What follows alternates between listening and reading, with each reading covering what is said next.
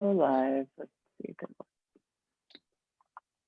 Well, I see that little icon on the top right of my camera, Jay. That must All must right, mean good. we're live on Facebook Friday. All righty, my favorite time. Good morning. Good morning. Good morning to you, my friend. Good morning to you. The busy, busy bee, the queen bee of busyness. Well, it helps us to produce these shows every week, so it helps to be able to help the people we can and to do the good work out there in the world. So, and we You both know, have our breast cancer awareness pink on. So, yes, yay we us. do.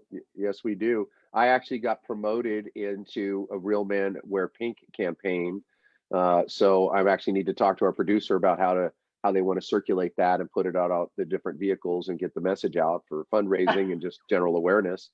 But Nice. Jay, the Facebook Friday, as we share every single week, has become something. I mean, it's almost like a real benefit of the whole pandemic is that we are able to do this and really tap into a different segment of our audience that we can't have necessarily the day-to-day touches with that we'd like to, but to be able to cast that wider net. And Heyler Realty, our efforts as community builders, as community advocates, as doing the very best we can. I mean, very early on, it was always about earning referrals, which were taking people you care about and handing them over to people that you trust. And that really became the foundation for how we conduct our business.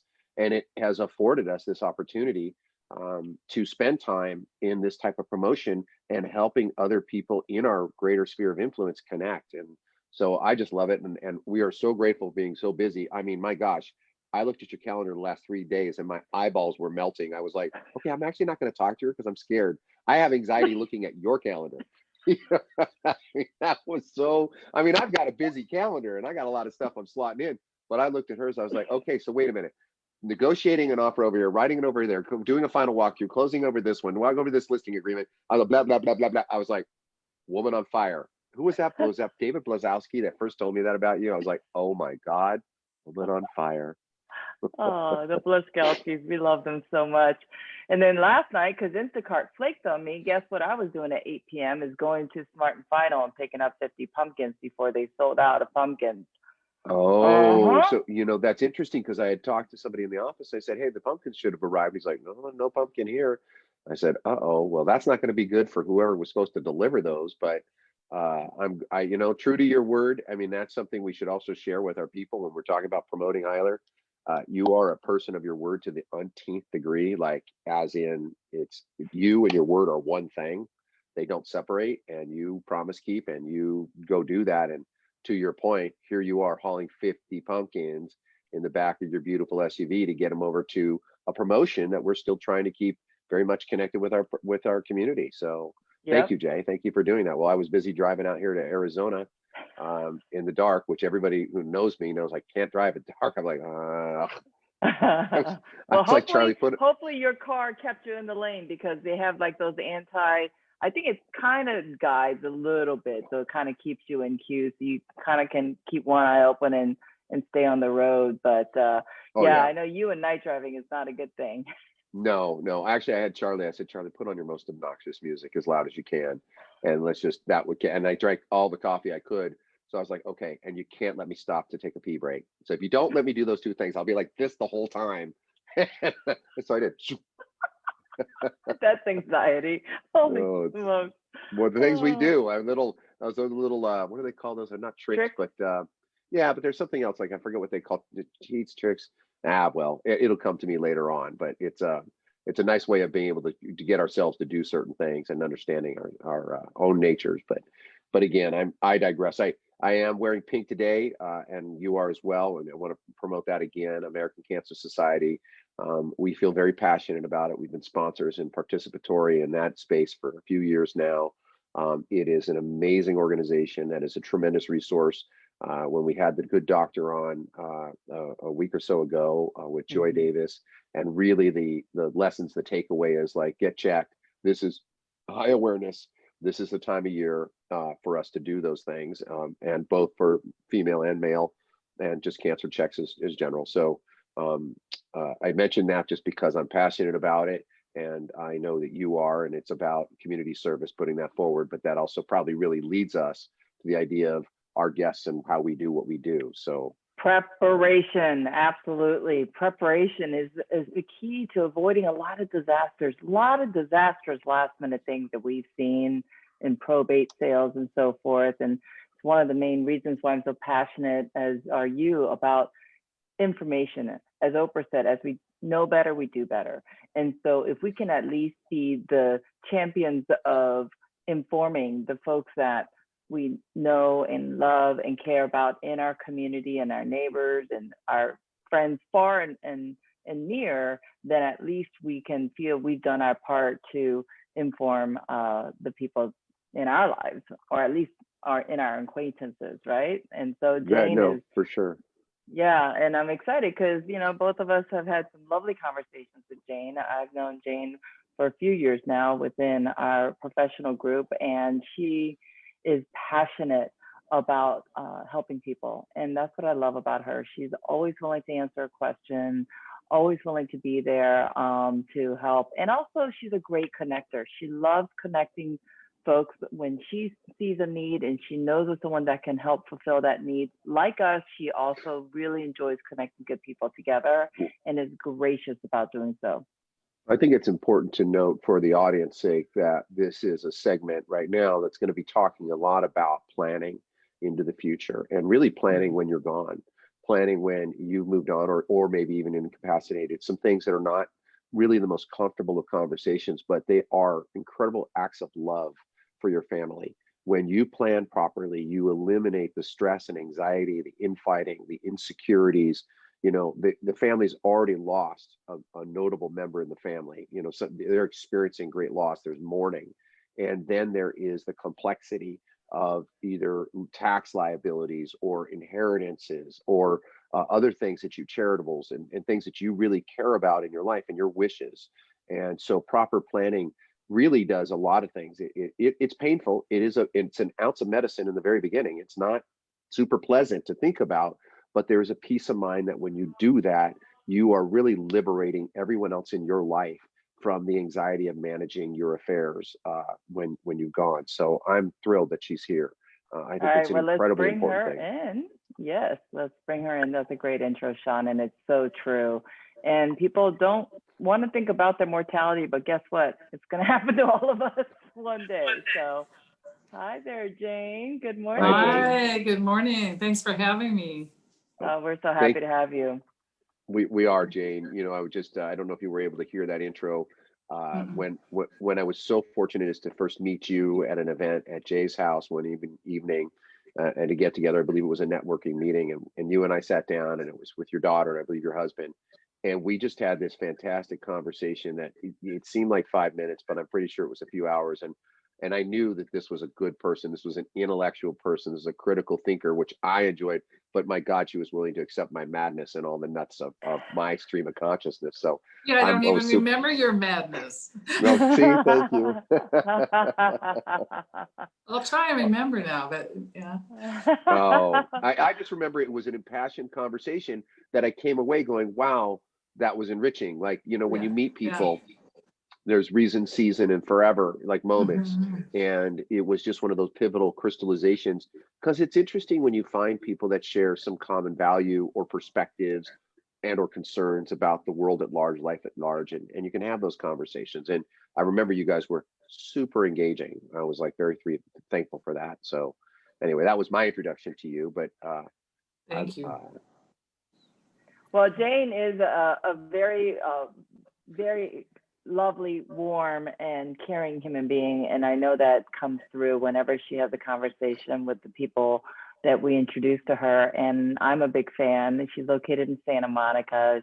She's very knowledgeable and she's very well resourced. And so I think with all of those things combined, it really makes it very pleasant to deal with a very unpleasant topic, which is about one's death, right? So, but planning is important. Jane, will you tell our audience a little bit about who you are and where you used to live before you came to Santa Monica? I grew up in the Northwest and lived a little while in Hawaii and then in Seattle just before we came down here in '93. And I have a practice in Santa Monica. I work with people on their estate planning. I think it's particularly important to include incapacity as well as death in what I do.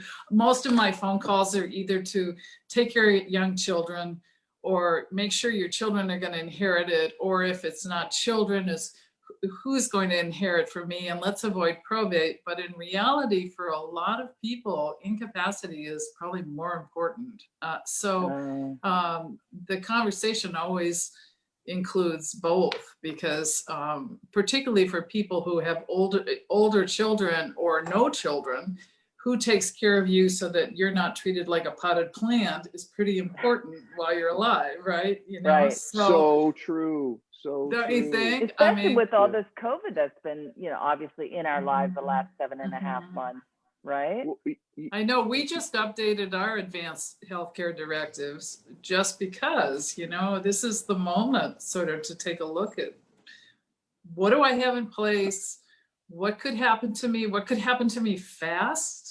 And I've Right. dodged that bullet so far, but you never know, do you? I think that's the point, Jane, is that, and if nothing else, this pandemic has really taught us that listen, a little over a year ago, it was like, wow, every spring, hope's eternal. Like everything was rosy. And I remember Jay and I meeting at the end of December going, wow, that was a great year. And we're even set up for even a more dynamic year. And all of a sudden January happens and you're kind of like, okay, it's seemingly good. And then wham, February starts and you get the cracks in the wall. And by March, it's like, uh-oh, the floor has dropped out. Where are we going? And, when we talk about health, when we talk about well-being, mental well-being, physical well-being, and the idea of incapacitation and what happens at that time, Jane, that you're absolutely right. I mean, when I think it's easy to go with the death route, because the death route, the story's kind of already done for you. Potted plant sitting in the corner. That they don't want their property to go to the cousin that they hate, or that's and they don't want their kids to get their property at 18 and go through it all like some of us would have done if we'd gotten a lot of money at 18. But I do think you're looking at and they want to avoid probate, and probate, just to throw that out there, is a statutory fee. So you're looking at $23,000 for the lawyer, minimally at $1 million.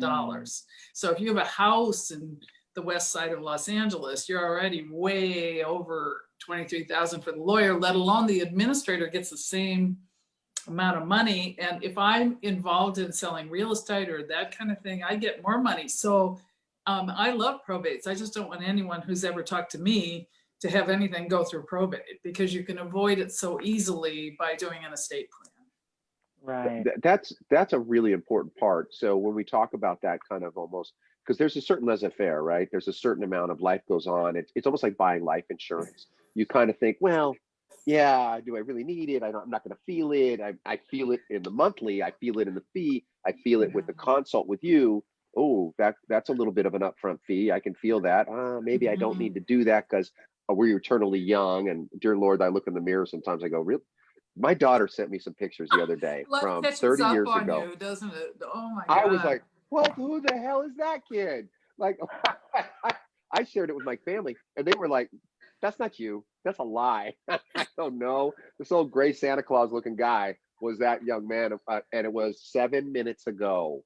7 minutes, boy, is that the truth? It goes so fast, It really does, and it makes it so much. When we talk about this, also, the incapacitation, you just really struck a nerve with me, because I actually have seen it. It's been recent in my family, and so I am witnessing it now, actually, with an extended family member who's going through incapacity, and actually how they deal with that and the burden it's become for the other family member who's dealing with it. It is absolutely nothing less than nightmarish. The bureaucracy, the inefficiency of this, it's scary. So, Jane, I think that's a huge part that really that message needs to be circulated. Like, listen, this is the ounce of medicine that will give you the cure when that time comes. So take it now, and you're inoculated for life. Right? Isn't that kind of the metaphor? So most people need, at a bare minimum, even if you didn't own a thing and you didn't have young children, you need a durable power of attorney that allows while you're alive someone to handle your finances, and you need healthcare documents, advanced healthcare directive that says these are the people that can make decisions for me, that won't let me be treated like a potted plant. It also means pulling the plug, but it's bigger than pulling the plug. It's much more, it's broader than that. And then you need a HIPAA who can get your medical records, because you want the people that are making your decisions to be able to get the medical records. And then usually people want a living will, which says, and I don't know a nicer way to put it, but turn the machines off if I'm a vegetable. Yeah. And so those documents, anybody over 18 needs those documents. So one of the things I do with my clients is if they have college age kids or 20 something kids, I say, you've got to do these for them because those kids are not going to go out and get those documents, because we think we're immortal and invulnerable, they really think they're immortal and invulnerable. So I am literally emailing my wife right now. I mean, it's like, this needs to be done. I can think of this child, and this one's coming up on 18 in a month and a half. And you're absolutely right, because you don't even think about the HIPAA, right? You don't think about HIPAA, like, but they can't give you the information, right? They by law. So how important is that? Wow. Well, and we as parents assume they'll let us make their decisions. And they might not. I mean, they often do because it feels like the right thing to do, but legally, you don't have any rights to make any decisions on them after 18. So, you know, I think it's so important. And then let's just talk about after death. I get a lot of phone calls. I have a very simple situation and I want a will. And I won't do a simple will for people because I'm throwing them into probate. If you only have a will, you are going into probate on anything you have. And I think, Jane, that's the issue too, because a lot of folks did not grow up in California and not understanding like California law versus other states. In some states, you know, all they do is a will, where an old fashioned, if you think about 70, 80, 100 years ago, before law became as complex and planning became as complex as it's become. But if you really think about the mentality of the generations of folks who grew up where a will was all they grew up with and knew that if they had that, that was sufficient enough to carry their wishes out, not understanding or knowing that this is how you really protect your loved ones and yourself.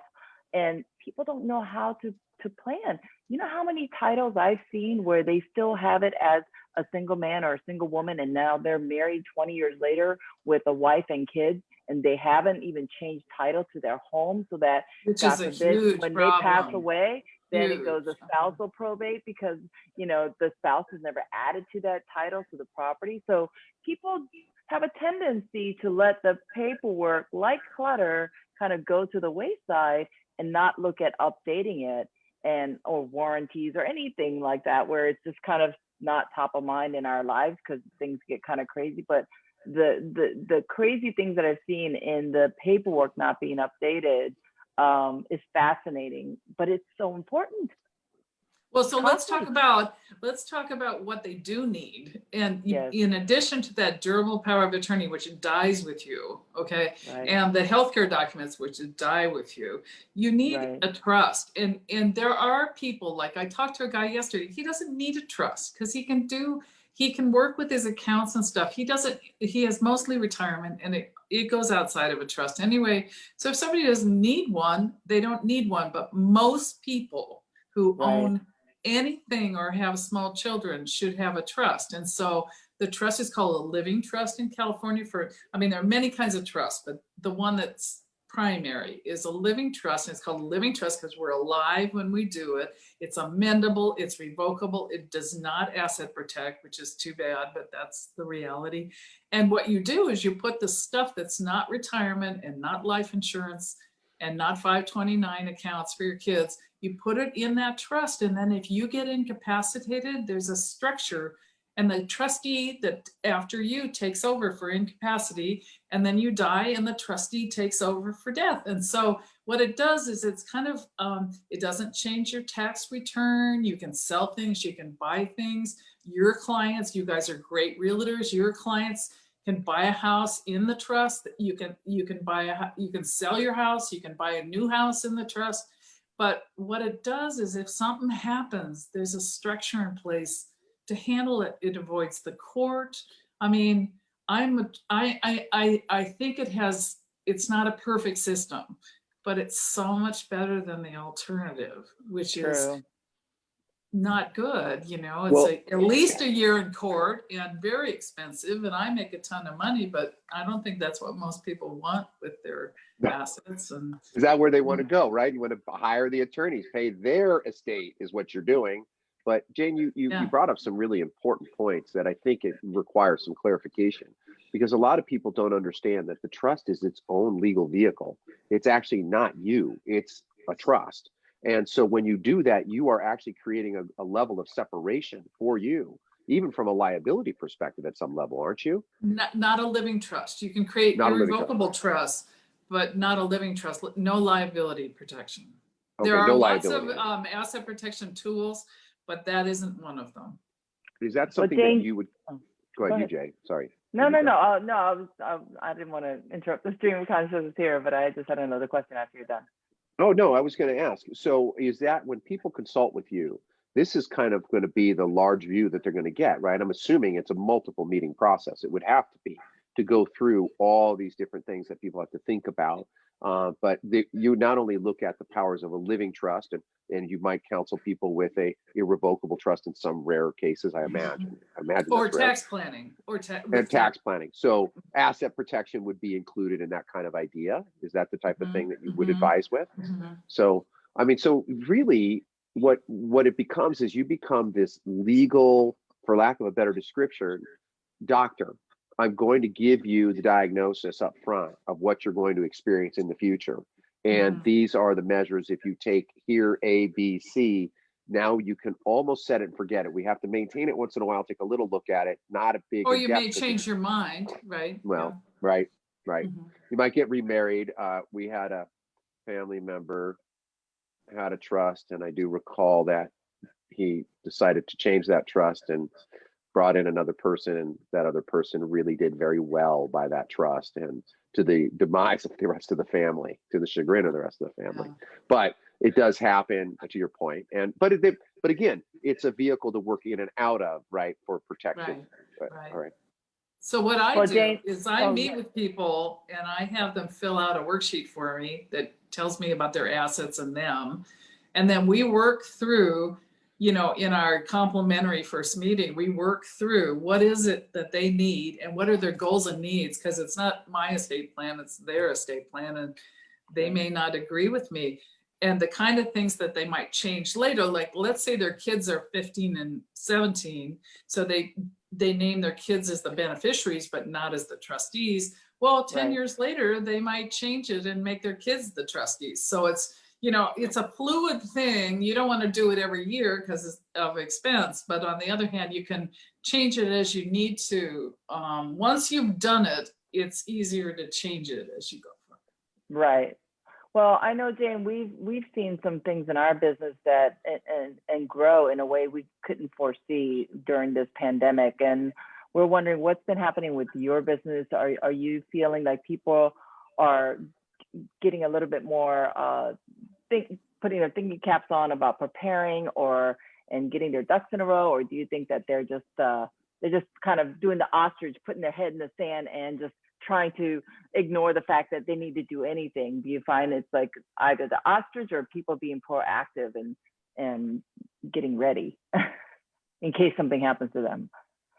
I've never been busier, and I think it's because people are afraid, and they're not afraid in that they think they're going to get struck down tomorrow. It's just that they're home, a lot of them, Right. working at home. They're not going to the grocery store as much. They're not going out to restaurants. And they're thinking about, what do I have in place for myself and my family? And so, I mean, I'm hearing from people I haven't heard from for 10, 12 years, which is normal, but not at this pace. And so I'm always so happy when people reach out to me or another estate planner, because like I said, it's complimentary for most of us on that first meeting, and you get all this information. And then you can make your mind up. Like I send people home. I don't let them hire me on the spot. I say, go think about this. Go have a drink. You know, sit down and talk about who's really going to be the guardian for your children, you know, if Right. something happens to you.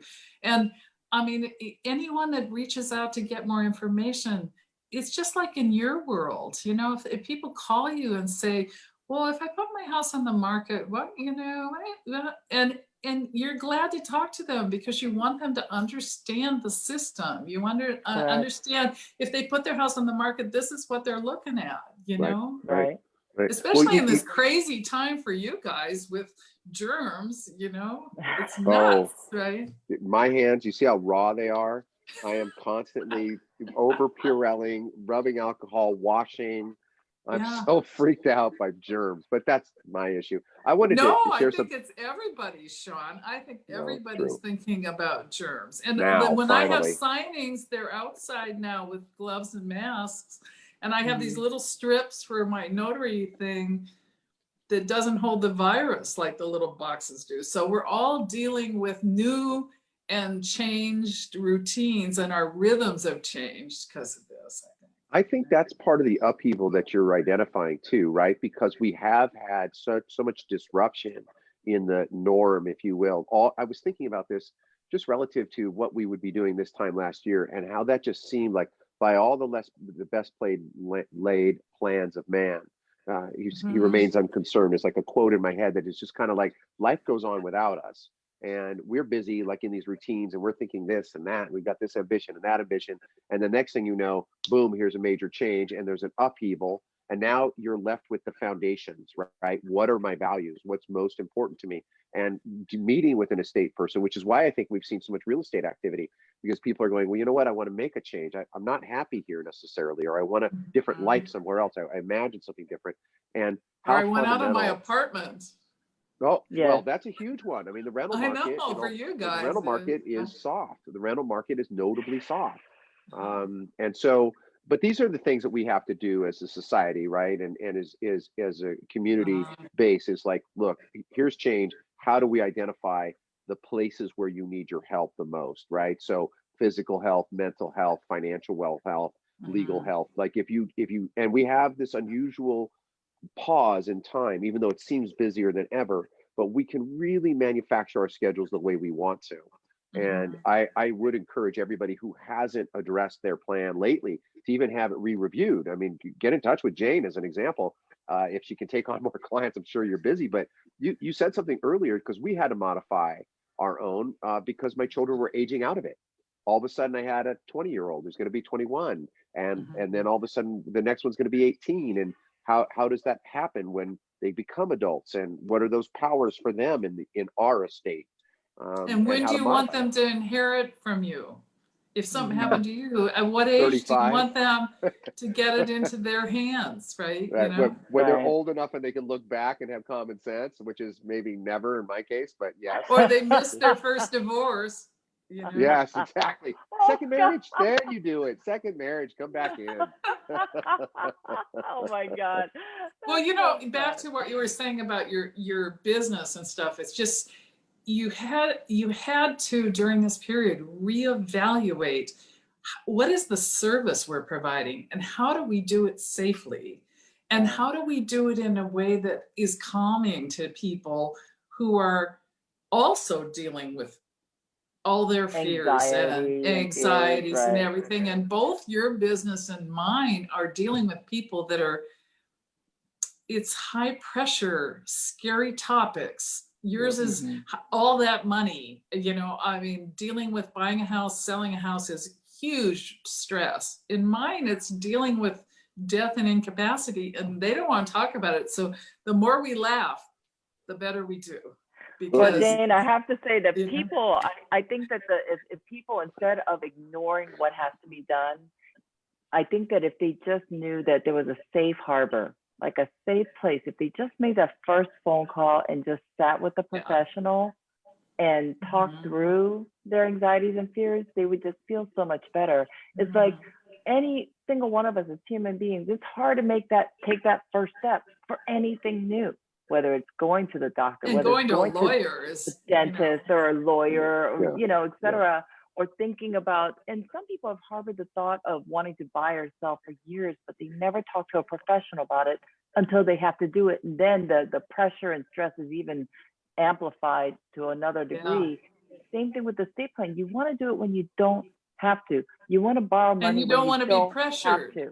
Correct. You Right. don't want to, you just want to have a conversation with you guys about what Right. does it mean to sell my house? Right. How long would it take? What would I need to Right. ask for it? Will I get any money out of it? You know, I mean, those Mhm. conversations without getting pressured to Right. hire you or me is like a huge thing. And you guys never pressure anybody. That's just No. not who you are as human No. beings. No. And No. I think most estate planners don't pressure people. I mean, I Oh, think I- most of no, my right. colleagues are gentlemanly, if you will, because that's the nature of what we do, right? You know, Right. so I think yeah. having the conversations always, and with information, you know, and we said at the top of the show, it's like, as you know better, you do better. Gathering information and just having conversations with professionals, if people can just, in the audience, if you can understand how good you'll feel if you just talk with a handful of people and then explore, think, discuss with your spouse or significant others.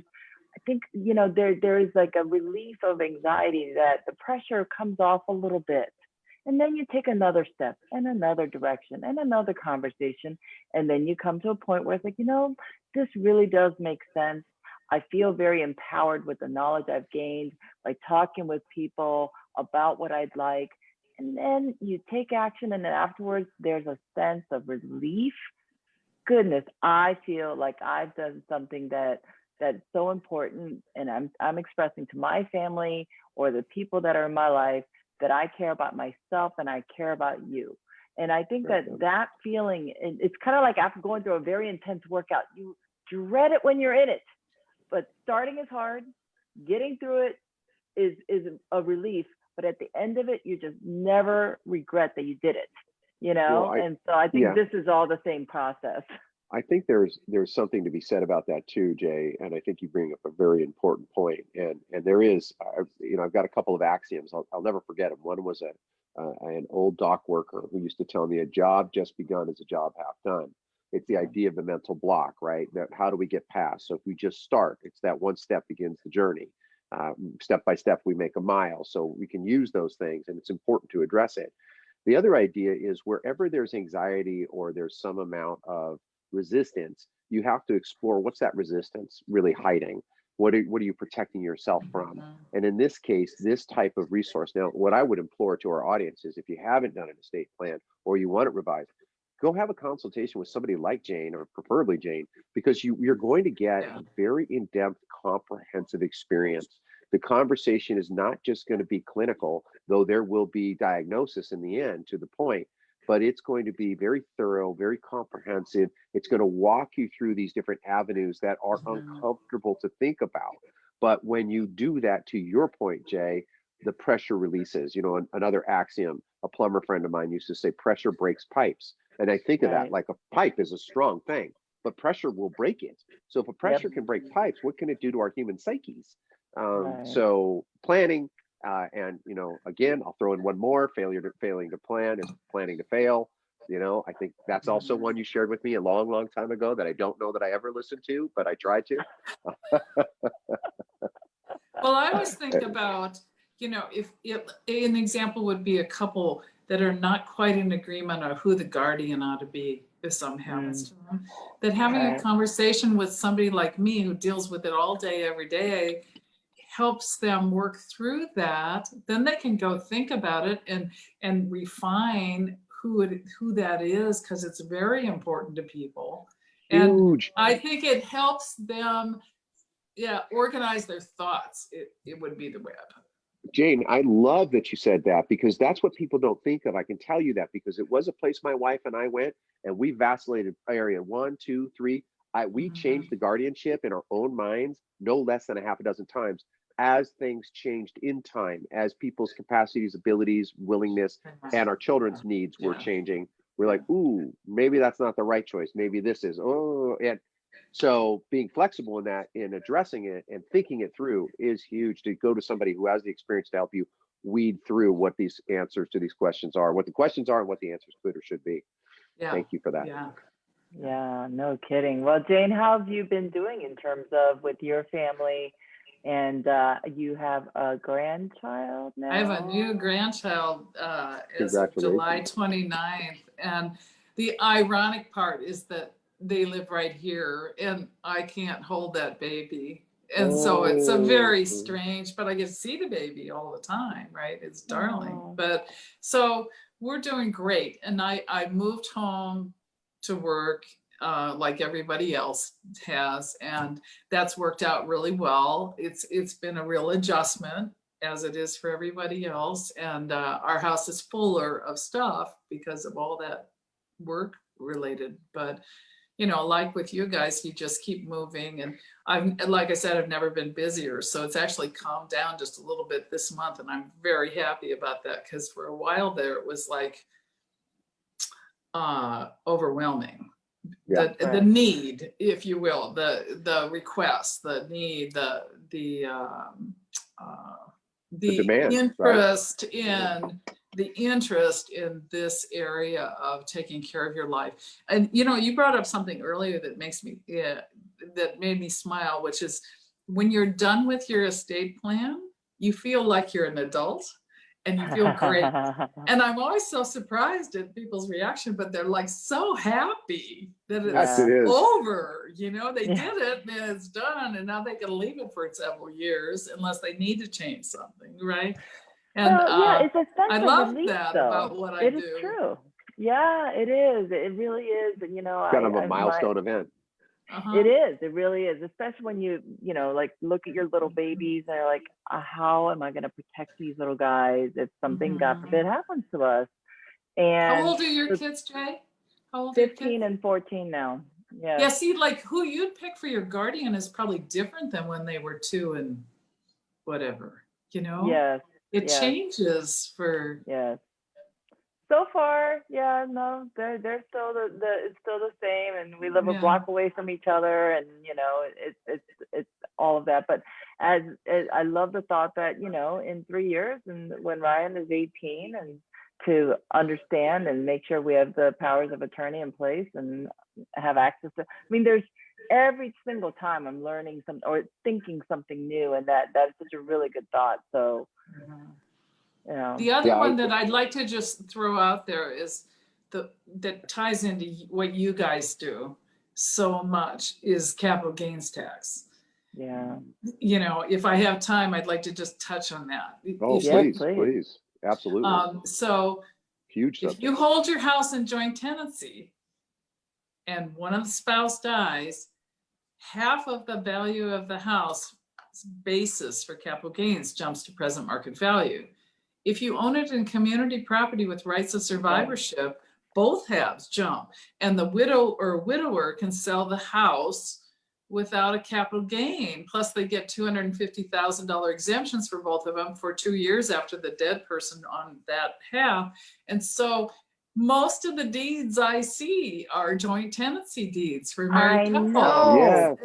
And you guys, that's a real big deal for you. It is. You know, because capital gains are like, they can run 36, 37% depending on what tax bracket you're in because of California and federal taxes. And so, I mean, I think in your business, it's like that and the fact that a death that jumps to present market value is a huge thing. Now they may change that law. They're talking about changing it, you know, and I hope they don't. They also talking about changing the estate tax exemptions. Right now you can have 11.6 million each. And so most people who die this year are not going to have an estate tax, and California doesn't have an estate tax, but if it's set to go down to 5.5 or so per person at the end of 25. And the problem for us in California is our houses bring a lot of us up, you know, so that it is something that needs to be thought about by people who want to sell or buy houses is how does this capital gain tax going to flow through that thing? So it hits your world as much as it does mine, right? Yes. Because people are making decisions around that issue, especially What's if somebody's interesting, though, died. What? yeah. I especially though, I think in the 90s, I mean, I think joint tenancy was how spouses were recommended to take title, whereas Yeah. in 2003 is when the community property with right or survivorship option came to be in existence, but it was joint tenancy, tenancy in common, or community property. And married couples chose community property, but what happened was, I think in '03, community property with right or survivorship was then another option. And I may be wrong on the year, but I believe that's the year I noticed that was an option that was then available. But people were ill-advised about the joint tenancy option. Most of the 90s, when I came into the business, was what I was hearing a lot of. And All the time. Yep, and that's what people were choosing. And again, it's great that you've reclarified, and that's what we're not attorneys. We're not allowed Well, you to give tell legal people advice. though, I know you Right. do, because Yeah. they say, well, how should I take title? I mean, you guys tell them. Community property And with right of that's the survivorship, value yep. of having a realtor that understands that stuff. And Mhm. you are also telling them, I'm sure, put it in a trust. And Oh, so, immediately. or get the trust before you buy the house. The problem with getting the trust in place right at the time you buy the house is lots of times people don't want to spend the money right at the same moment Sure. they're kicking out Yeah. all this money to buy a house, but they can do it soon thereafter, Yes. and then Yes. just move. I just move them. I do it every week. I move their house in the trust, or I move their rental property in the trust, or whatever it is, you move it into the trust and then it's handled, right? Yes. But a lot of people, I recognize that a lot of people, even if you tell them you need this, put this in a trust, are going to hold off a little bit because of cost at that moment. But as long as they do it within a short period of time, Well, that's to your point, Jane. That's the penny wise, pound foolish, right? I mean, if you're Yeah. really, this is a small investment in the scope and scale of what the liability could look like. It's not even, if you knew that you could spend $5,000 now to save several $100,000 later, you would do it and you wouldn't hesitate. You would be immediate. Correct. But it is painful because it's coming at a time where all you're conscious of is all this outflow. But that's the immediacy of the moment. It's almost like if you learn to live on cash instead of credit cards, right? If you lived on cash, you'd be painfully aware of what your money was doing. And when you have the pressure of buying a home, you become very cognizant. It's very front and center for you. Oh my gosh, look at all these fees, all these costs, etc. And we can get a Besides, I little want to change out that color in that bedroom too, Right, yeah, exactly. Or the I want the flooring. landscaping in the back to be better than this, Or if you're Jill McMillan, you want to change it every month anyway, just because, or my mom, who's a serial remodeler, like, Mom, it's not a sport. Like, you can't just get a doctorate in remodeling. Sport. I love it. Well, it seems like with all of us at home, it would be more on everybody's brain anyway. I would imagine like Wayfair and all those companies where you can have stuff delivered are going gangbusters because we're all looking around and going, "Oh, I don't like that." No, it's constant. In fact, it's actually happening. I'm in Arizona. I took my younger son, drove out here last night. He's got an event that we're at for the weekend.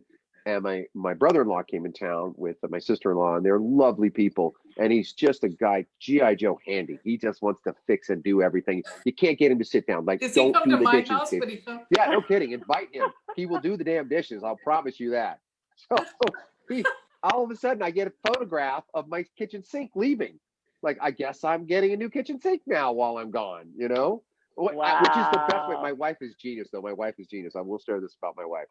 I, like so many other people, but really in me, I don't like change. I like routine. I You like and stability. my husband. I love the security of things, right? And I've spent a long time kind of dialing it. Oh, it's right. I like this. I got this. Like, I saw a piece of art that was moved in my house yesterday. I about lost my mind. Like, what do you mean you moved that piece of art? Yeah, it was replaced with another piece of art, which is a great piece of art. But I'm like, well, what happened to that piece of art? It's like this. So, but what Jill has figured out is that she will do things when I go away. She's like, I painted the room. She's very bright. I can tell. I was like, God bless it. She fixed it. She figured it out. What is that, gaming the system? I mean, like, it's like, yeah, okay, I'll just get the dumb guy out of here when he's gone. What he doesn't know won't hurt me. And then he comes back and goes, wow, this is really lovely. But she avoids the resistance of Yes. she avoids the resistance. You do too, Jay Woo. And You the know negative me. Nelly, right? The negative Nelly. You've learned how to do that. You've learned how My to get dad- to finesse that ball. My dad wouldn't throw a thing out, and my mother would throw out one of his shoes. Oh, that's cruel. You can tell your That wife, is cruel. you can tell your wife that one. No, I'm not telling my wife that one. There's no way I'm doing that. Take one sleeve off your shirt, Literally, I swear, as God is my judge, I deliver at least 2 bags of donation every single week without fail in my house. And I don't where see the are new you stuff coming taking in. them now? Well, actually, Goodwill is a place I am taking them to, and I've got the Women's Center that It's I'll take open, to huh? the Salvation I think the Jewish Army. Council, Well, Jewish Council yeah. one is open as well. that's a Yeah. good Is one it right open there. too? The Jewish, Yeah. Yeah, yeah, they're you can all, bring stuff there. collecting. Yeah, they're collecting again. So Yeah, Well- go ahead. I'm sorry, Jay. no, I know. Well, I just wanted to thank you, James, so very much for joining us this morning. It was Oh yes, enlightening, and Love it. hopefully during this time where folks do not have the distraction of concerts or events or being able to go to a venue, is to take the time to do something that you'll feel really good about, which is to go through paperwork and updating things. So Thank you to hopefully- both of you. You're both amazing professionals, and I feel honored to be asked. Oh, thank you, Jane. You're so lovely. We knew you'd be a perfect representation of how to get this information out to the people. So thank you so much for joining us. And Oh wait, we'll see do you we soon. have do we have Jane's contact information? If we put it in the feed, so if Jane, if you're looking for new clients, I want to make sure the public knows how to get a hold of you. Should I, Jane at halldoyan.com or 310-319-0300. Great. Oh, I and like I know that. you're very Good number. Googleable. I'm very Googleable, or Yelp too. Yeah. Yes. Okay. Thank you, you guys. Thank you, Jane. Thanks, Have a wonderful Jane. day. We'll see you later. Bye. Oh, I'm gonna do the hug. Okay. I know. Yeah, do The Dr. Carey hug. I know. Yep, that's a good one. Wow. Well, I am so excited because we've got the grand prize of AirPods Pro being delivered for the virtual Harvest Festival. And so every person who registers to get a pumpkin will be put in for a drawing for AirPod Pros. So I know people have had headsets or AirPods, but the Pros are the latest one. So we'll see how that goes. And then, Well, no, it's cool, Jay, because I guess we have to promote that a little bit more too. Heyler Harvest lives. I mean, COVID didn't kill it. It has a new life, like we've all had to adapt. And we were like, okay, what can we do? And to your credit and to the team's credit, well, how do we adapt going forward? And we thought of this idea of let's engage our public. Let's do a giveaway so people can come register to pick up a free pumpkin that you so graciously picked up last night. Thank you for that one. Because I used to have to go out to, what was that patch out there in Moore Park? Lombardi Ranch. Oh yeah. I mean, I've loved it. I mean, that's been a great tradition. I'm actually a little sorry that I don't, because it's been a nice thing to do always. But you went and got that done, and people can now register and get that. And when they do that, they engage us. That's going to put them into a drawing for AirPod Pros. And to your point, that's the latest stuff. You won't look like me, DJ Rick, over in the Mediterranean. You'll have the real deal. But I think that's pretty cool. And the other ideas too is we're looking at this like, okay, we certainly have all dealt some changes, but we could use some positivity and we need some community. And Heyler is so committed to that. That is really what we step our best foot forward with, is like community building. And so we want to let people know that, the harvest is something that's near and dear to our heart. We're not going to let it go. Just like you took Pick Pico and made it Click Pico, which is a brilliancy. Similarly, we're going to do Heyler Harvest in a virtual way. So do us a favor, do you a favor, get a free pumpkin, register, and then register to win in a drawing. I think that's fantastic. And we're also going to have a costume contest. Just take a photo of family costume, individual costume, pets, and whatever. I think the creativity is always encouraged, and they'll get a $50 gift card to a restaurant of their choice in our community. So between John O'Groats Food, Six, Louise's, Maria's, Tuscan Sun, we'll get a $50 gift card for the winner's choice. And or I know not everybody's into dressing up, although I love dressing up, is a pumpkin carving contest as well. And we'll give away a $50 gift card to a community business as well. It's the season, right? It's this idea of saying, even though it's 105 degrees, here we're turning into fall. The evenings are a little chillier, and hopefully it will continue. But it is that autumn turn, and it is time to have a little bit of levity and family and life in a different way, and somehow come out of the end of a very strange year in a more celebratory, positive light. And hopefully that's what's really coming here. So we're committed to being that light in life, and that's what we do, and that's what our little harvest and community building is all about. And speaking of which, I'm going to do a little humble brag right now, if I can. My pet project that I've been involved with, well, one of several, but one in particular, the Westwood Greenway. For you, those of you watching, do yourselves a favor, or do me a favor. Let me put it properly. Look up Westwood Greenway, all one word, .org, westwoodgreenway.org.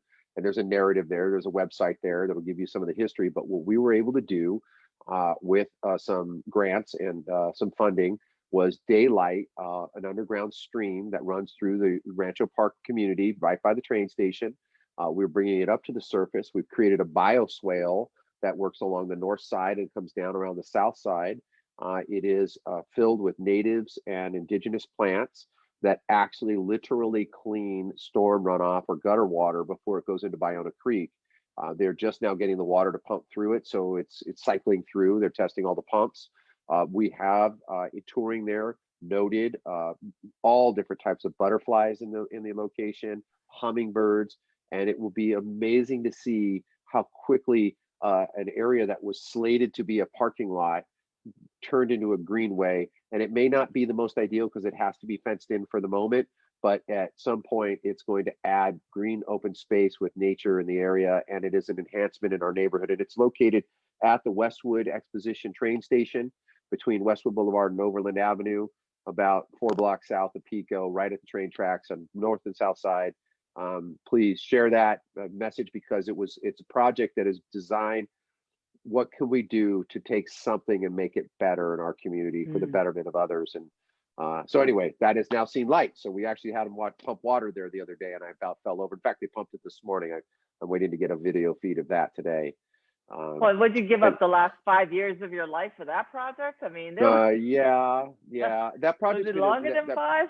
Well, there are people that have been involved. In all fairness, I lent my voice to it because they were community activists and they were trying to get something done. But my personality when I flip the switch is pretty intense, and I decided to get involved because they told me they told me 2 things. It was interesting. I got carrot and stick. The idea of this beautiful green expanse, which is so rare in the city of Los Angeles, where the city planners didn't really build parks into our grid. When you think about it, the power of Cheviot Hills Recreation Center, how significant that golf course and that park really is, even though I call it Rancho Park and old school people will call it Rancho Park. But the idea of it really being of green space in the middle of the city, 200 acres of open green space and oxygen and air and pretty. Well, when you got a chance to get that, I thought, wow, this would be a really neat space, because it was a playground. It used to be like where we used to do our dirt bikes and stuff and goof around and shoot pellet guns, et cetera, as a kid, because it was just abandoned land. Right. And then we heard it was going to be a parking lot for people to come in and park with the train. And it was like, oh, wait a minute, that's going to increase greater density. And we already have a lot of density concerns in the community. Like, how do you build density and scale? We understand building affordable housing. We understand, more commuter friendly type of housing, but we're also concerned with the idea that if you invite people in with cars, they'll park them and just keep them there. And especially compounded by the complexity of the homelessness issue, we were like, no, I really don't want that kind of density. So between that carrot and that stick, I got very involved, and there were some really great meetings. Actually, there's a fantastic story that I'll tell at another time, where it was really like a boardroom moment where we kind of threw down a challenge, and it was really shocking. And I got a standing ovation at the end of it, because I just was able to encapsulate, like, look, you can be the hero or you can be the zero, but here's the data right here in front of you. And push the paper in front of them. They looked at it, looked at me, and there was this little like glare in their eye. Okay, it was that resigned moment. So yeah, this I love that project for, phrase. You could be the hero or you could be the zero. it's to you. It's to you. It's your move. You got it. It's in your hands. You choose it. But it's not going to be Right. the middle. I can promise you. Don't stay silent, because that's not going to work in this case. And so yeah, that project so far, Westwood Greenway, I've been involved with it for probably six years or so. The other people before me were there probably another 4 or 5 years. They've been there for quite a while. But they got it to a place where it had no traction. But because I represent that community in the neighborhood council and on the HOA, and I'm a resident, and I have that chip on the shoulder of being a local's local, they intelligently, frankly, recruited me, and I was like, okay, I'll take that up. Let's go. So anyway, that's a little victory, because it's not about me. That's really about the community at large. I mean, most people, well, now you're going to know. It's a huge victory for the community. It's amazing. I can't wait. And here's true confessions. I'm a total fanboy of hummingbirds and butterflies. Like, I love hummingbirds and butterflies. Like, they just are fascinating to me. I just love to watch them. Like, they give me some dreamy, like, little connection with nature that's just light and fluffy, like a butterfly. Like, how the hell do you survive being so pretty in this hard ass world? Or hummingbirds, like, and I think they're so cool. So when I knew there'd be a park with birds, I was like, oh, yay. Anyway. You're so cool. I swear, you're just so cool. So many levels. That's why I love you so much. It's so Well, great. Thank you for that. Well, I'm excited for our fall festivities coming up. Picking up pumpkins, October 25th at the office. You can, I think, tag us on Instagram or register on Facebook saying you're going to want a pumpkin, and we'll be there from 10 to 12 and handing out pumpkins to those and registering you to win the AirPods, hoping to stay physically distant but saying hello in person, just kind of like how we've been doing our open houses or virtual tours, and in-person tours of houses. And then to send in a picture and tag us hashtag Heyler Realty for your costume contest or pumpkin carving photos. And I think it'll just be a great way to see how creative our community is, and to see what folks are doing out there, and give a fun project to work on, while we're all home anyway. So let's do that instead of being out in the street trying to dangerously do something people don't want, which is trick or treating. Well, or, to your point, Jay, thank you for even saying that. There is some amount of social responsibility. And one of the things that you and I had determined very on were we would never do it our business and conduct it like the cliche. There are many of our colleagues that are out there that are very successful, but it's a constant inundation of me, mine, what I've done, look at me, I'm so important. And that kind of comes across as like, yeah, but how do you make the world a better place? What are the things you're doing here, transacting? I mean, I got it. You got a new Maserati. Hooray.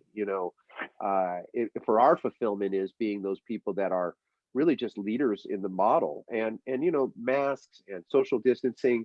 We're going to beat this to a dead horse, or beat it to it. I don't know what it is. Keep beating the dead horse. It's the idea that, listen, you may or may not agree with it, but it is, if it's nothing other than a social courtesy, it's just a politeness for others, and it may, and I would subscribe, have a benefit. So if you could be courteous with the positivity of a benefit for others, why wouldn't you do that? Yeah. So trick or treating, I'm kind of glad some of these traditions are changing. I've always felt like, yes, I enjoyed sitting on my porch and watching some kids come by, and watching kids, light up and be in costume. I also recall a lot of people who came without costume, and they were there for probably the purposes of just, it was commerce. Like, if they could pick up some candy and they could hustle some candy, and I could appreciate that too. In all fairness, in desperate times, you got to hustle. There's a lot of work to be done to get through a lot of the challenges of living in Los Angeles in 2020, to say the least. But I like the idea of, here, have a pumpkin, have a virtual contest, get together with people that are safe and are you're able to share when you can, but do it so responsibly. I personally will thank you, because that means it'll be that much sooner before I can hug my mom and my dad, or people that are vulnerable to this virus. That's so true. Well, thanks, buddy. Well, stay cool out there in Arizona. Is it already over? Is it over? I got a lot more to say. Damn it.